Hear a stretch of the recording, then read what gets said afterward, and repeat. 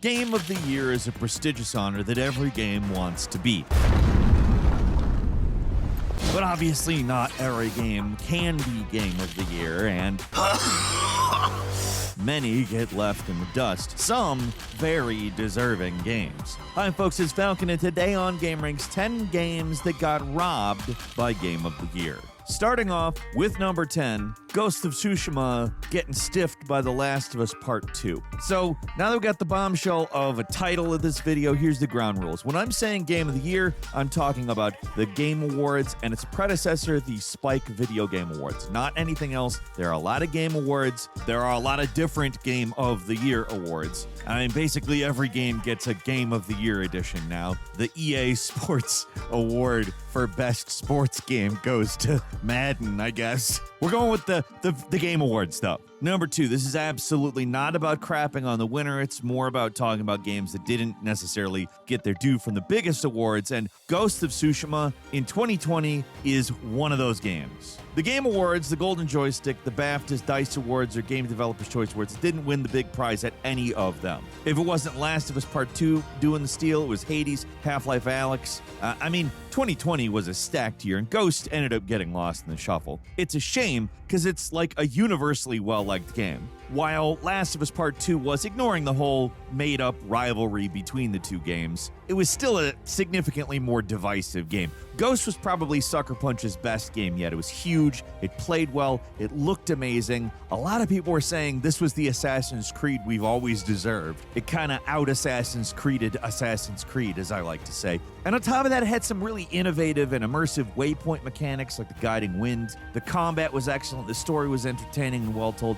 Maybe it was a little dry, but that was the worst thing I can say about it. Ghost of Tsushima was a great game and should have won something. Just like you really should subscribe to gameranx if you're not. As it turns out, many of you are not, which is a shame because it's so easy. Click subscribe, just do it. Moving on to number 9, it's Red Dead Redemption 2, which lost to God of War 2018. As the years go by, it's becoming more and more clear that we didn't know what we had with Red Dead Redemption 2 back in 2020. This game was shockingly ignored at the award season, and it feels silly saying Red Dead got robbed, because the game was extremely highly rated, got nearly unanimous praise. It sold very well, albeit not the online component, but really who gives a shit about that anyway? But it didn't transfer to any Game of the Year love. Instead, most of those awards went to the God of War reboot, with one odd award going to Fortnite Battle Royale. Listen, God of War is excellent. It is a great game, but it feels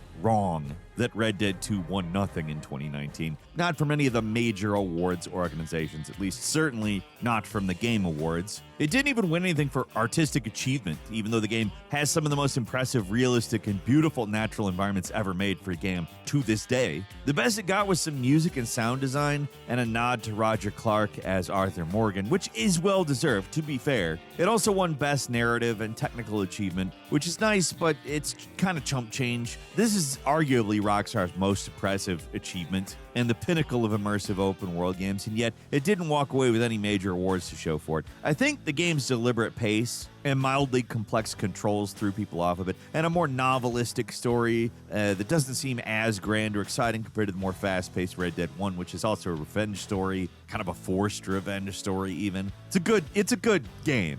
Where Red Dead 2's quirks are its strengths rather than its weaknesses. It's a game that was designed to be the way that it is, and while that does make it a little divisive, it also is what makes it bold and distinct. Red Dead 2 is a remarkable achievement in the gaming industry, and while God of War's remake is undeniably great, come on, it's Red Dead 2 we're talking about here. The game raised the bar for everything that came after it and is still best in class at what it was trying to do. No other open world game is nearly as interactive or immersive, at least not on that scale.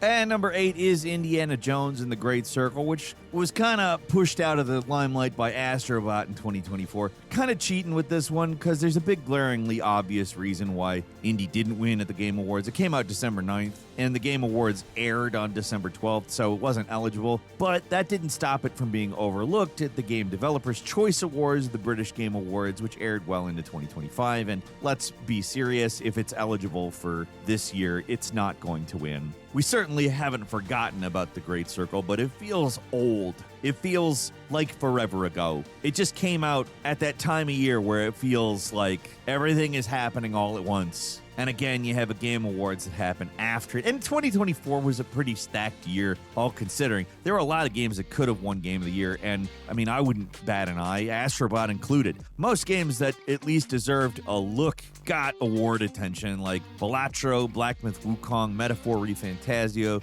but Machine Game's incredible Indiana Jones game got mostly ignored and overlooked, and I'm chalking that up to the December release date. Again, cheating with the actual Game Awards a little bit, but still. I mean, it's the nature of award shows as certain games are just going to slip through the cracks, and this was one of them. The reasons it got overlooked are understandable, but it's still kind of disappointing as a fan of what Machine Games does overall, and particularly with The Great Circle, of course. It's easily their biggest and most complete game, yet I went into it expecting a first-person Uncharted clone, but got a next-gen Dishonored. This indie is, I mean, it's closer to an immersive sim than a non-stop action game, which might have thrown some people off, but for us, for me in particular, a huge Dishonored fan, huge immersive sim fan, it was a really good surprise. And it's always nice to see a licensed game surpass all expectations. Astrobot was great, obviously, and it's hard to deny that didn't deserve to win some awards, but The Great Circle deserved a lot more accolades, specifically. Maybe not praise, but accolades. It was praised a lot, and I praised it a lot. We praised it a lot. It's a good game. Play Indiana Jones and the Great Circle. And number 7 is Inscryption, which was overshined by It Takes Two in 2021. Another tough year with a widespread of pretty interesting titles vying for Game of the Year. And ultimately, It Takes Two stole the season. And I think, in hindsight, Inscryption was kind of the standout game of 2021. In this instance, I'm not the only one who thought this, because it actually did win Game of the Year at the Game Developers' Choice Awards, but all other major award shows gave it to It Takes Two, who won at the Game Awards, and at DICE, while Resident Evil Village won Joystick and Returnal won British Academy. Pretty diverse roster. All deserving, to be frank. But It Takes Two was the clear winner, though, and we are focusing on the Game Awards in particular, and that's where Inscryption got entirely shut up. Inscryption's a tough game to talk about. I mean, it's one of those games where it's harder to explain. You kind of have to play it. And just saying all of its twists and turns out loud kind of ruins what a unique experience it is. I mean, it goes to some wild and unexpected places, and it becomes something almost entirely different than what it is when the game starts. It's a true achievement in game design, where the surprises aren't just coming from the narrative, but from the game design itself. It's a brilliant creation with a real step forward in game design, especially like when compare it to the developer's previous stuff, like Pony Island. Not like terrible or anything, but not a big jump in game design for everybody across the board. I don't want to sell It Takes Two short, because it's a lot of fun. It's great. It does have a little bit of awkwardness to it. The story is extremely off-putting to some people, and rightly so. Doesn't stop it from being a great game. It is a great game, but Inscryption's weird twist on a roguelike card game is I mean, it's an acquired taste, but the way it slowly reveals itself is just a one-of-a-kind gaming experience, and deserved way more Game of the Year love. And number 6 is Doom 2016, which got overshadowed by Overwatch. This is, it's one of those weird years where you look back and you wonder exactly what was in the water. They gave their biggest prize to Overwatch, of all things. Like, Overwatch in 2025 is kind of in a sad state. Blizzard failed to capitalize on what worked, what they had with the franchise. But in 2016, the game was really hyped, like tons of hype behind Overwatch. Even awarding a game with loot boxes Game of the Year, it does put a bad taste in the mouth, my mouth specifically, and people were positive at the time. But we all know what the real game of 2016 was, and it was Doom. The game that nobody had any expectations for turned out to blow us all the hell away. It did have a tacked-on multiplayer component that nobody cared about, but who cares?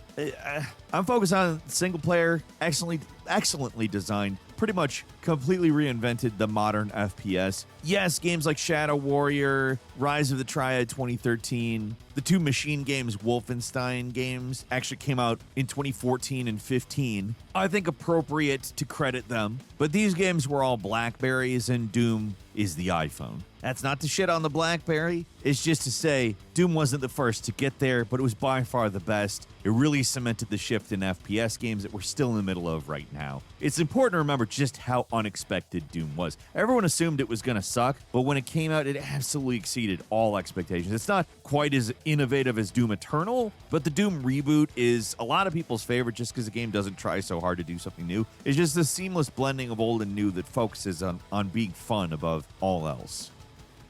At number 5 is Alien Isolation, which lost to Dragon Age Inquisition in 2014. Was a killer year in games, but the actual Game Award winner is kind of a head-scratcher. It's certainly not a bad game. It's actually a return to form after the very obviously rushed Dragon Age 2, but I'm not sure if it's Game of the Year material when we did get Wolfenstein: The New Order, Rayman Legends, Shovel Knight, and the actual focus of this point, Alien Isolation. I admit, Isolation was a bit of a divisive game. Some people just do not like this thing at all. It's frustrating, it's overly long, it's repetitive. We all know the complaints, and they're not exactly wrong, but I think the game deserved to win Game of the Year because it's really just a landmark game and an important part of gaming history. It's a standout release that deserves recognition, and it barely got anything back in 2014. The roster of Game of the Year winners is pretty solid across the board. Dragon Age Inquisition won the Game Awards, DICE, Shadow Mordor won Game Developers Conference. Those are both understandable, but then you got the Golden Joystick, which gave the big prize to Dark Souls 2 of all games. Even as somebody with a soft spot for that game, it's far from the best in 2014. I wouldn't even put it in the top 10. All Isolation won was audio from the Game Developers Choice Awards, and that was it. I mean, this game in many ways revolutionized the horror genre. It took ideas that had been brewing in less complete indies and turned them into forward-thinking and workable mechanics in a big-budget horror game. The game's non-linear environments focus on crafting and stealth, and its hardcore game mechanics, like hard save points, I mean, it feels ahead of its time in hindsight.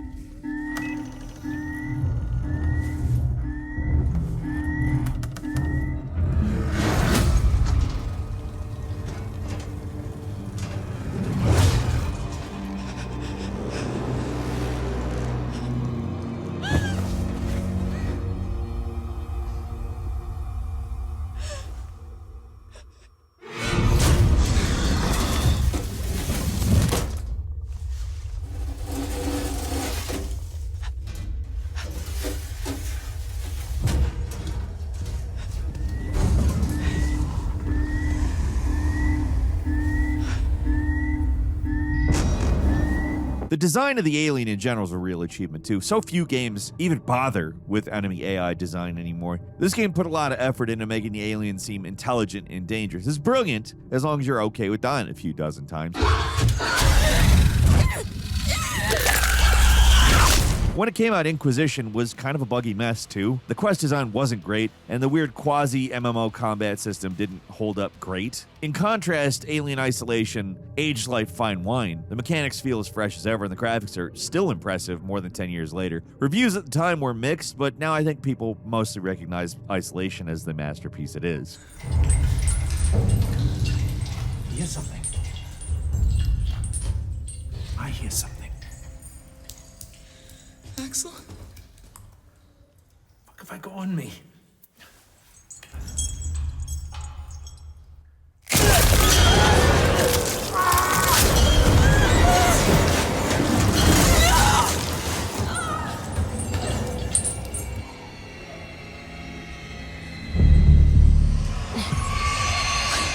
What the hell was that thing? And number 4 is Call of Duty Modern Warfare, which lost out to BioShock in 2007. Listen, BioShock, great game. Far from perfect. In comparison to something like System Shock 2, it was, I mean, in terms of mechanics, a little bit of a step back, even if, narratively speaking, it was just a banger. I chose something different. I chose the impossible. I chose rapture.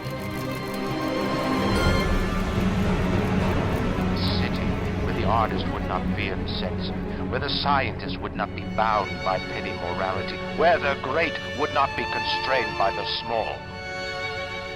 the sweat of your brow, Rapture can become your city as well. Call of Duty 4 was a game changer for the whole industry, though. This was before Call of Duty was the dominant force in the industry. That only really was cemented with the sequel, but the first Modern Warfare was a really impressive game for its time. In many ways, it still holds up well today. The campaign, great. Multiplayer, amazing. It was an all-time great package that deserved some Game of the Year love, which it admittedly did get. The Interactive Achievement Awards gave out the gold to this one, but what is the Interactive Achievement Awards? I'm sorry, Interactive Achievement Awards, but you're no Game Awards in terms of cultural relevance. Anyway, everybody gave it to BioShock Gears of War Portal. Call of Duty 4 actually weirdly got overlooked.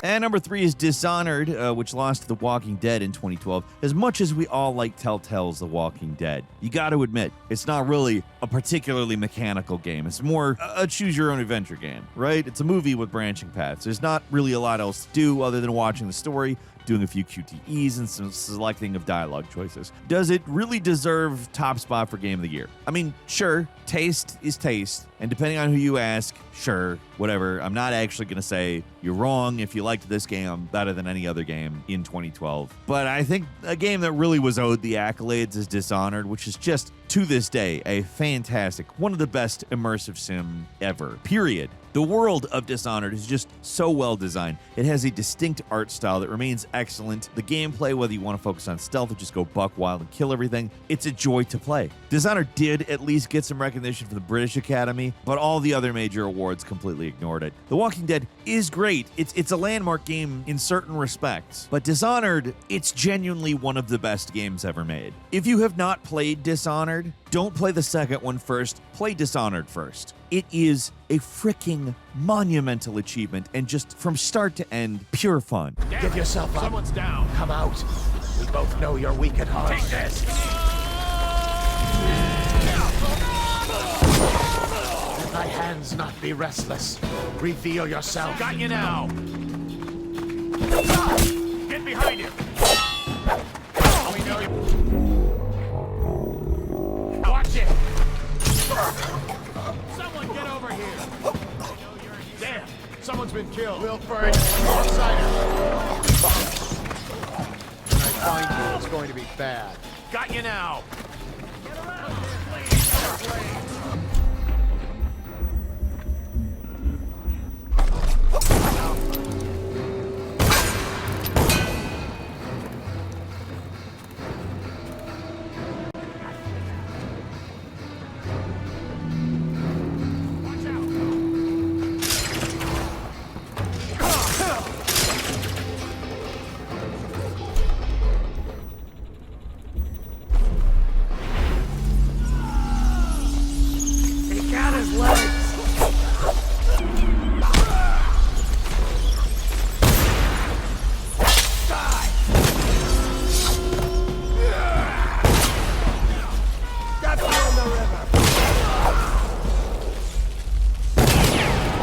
And number 2 is Batman Arkham Asylum, which was overshadowed by Uncharted 2 in 2009. You gotta give some credit here. Uncharted 2 isn't a bad pick for Game of the Year. It is a roller coaster ride. It's a huge improvement over the first game, and it is just a ton of fun. But also, This is the year that Arkham Asylum came out, which, I mean, you're still playing Arkham Asylum every time you play an action game now. At least one that's not a Platinum Games style action game or a Dark Souls style action game. This is an innovative game in both combat and stealth. It cannot be understated how much of a huge leap forward Arkham Asylum was. You might say Arkham City is a better game, but Arkham Asylum did the thing first. Like, it's all the ideas and it executed them really well. Crap out of you.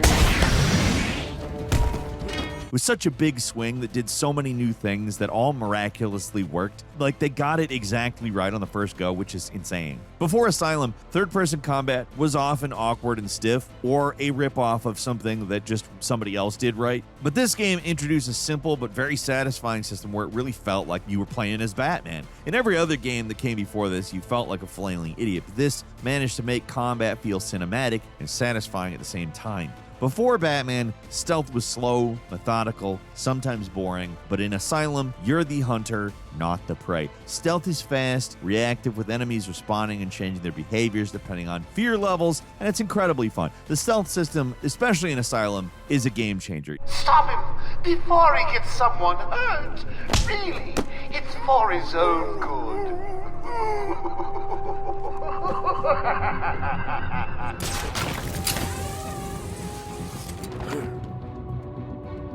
Joker wants him stopped. I'm gonna do it.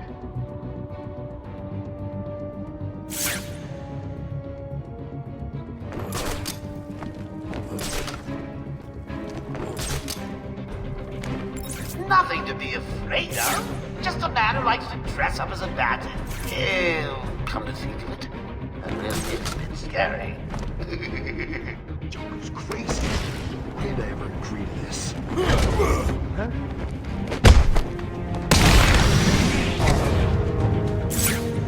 In comparison, Uncharted 2 wasn't really doing a lot of new stuff, but it was doing everything really well. You gotta give it that, except for that last boss fight. Still, and it didn't push the industry forward in the way Arkham Asylum did.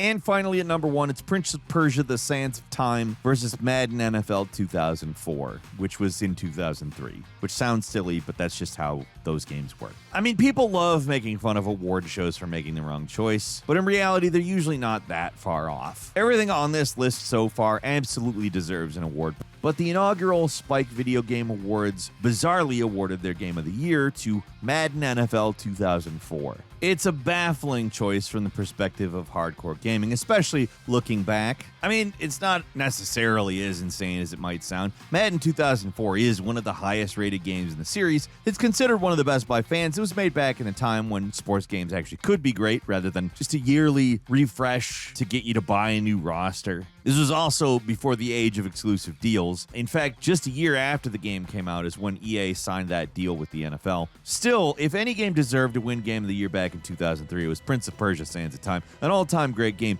Not even the sequels managed to be as good.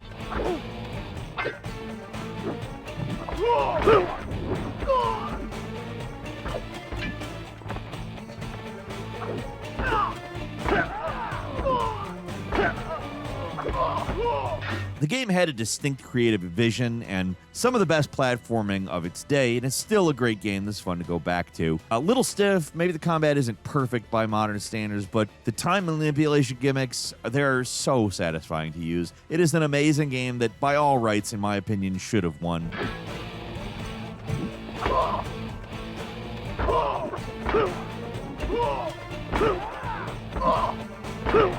But that's me. What do you think? Leave us a comment, let us know. If you like this video, click like. If you're not subscribed, now's a great time to do so. We upload brand new videos every day of the week. Best way to see them first is, of course, a subscription, so click subscribe. Don't forget to enable notifications, and as always, we thank you very much for watching this video. I'm Falcon. You can follow me on Twitter @FalconHero. We'll see you next time, right here on gameranx.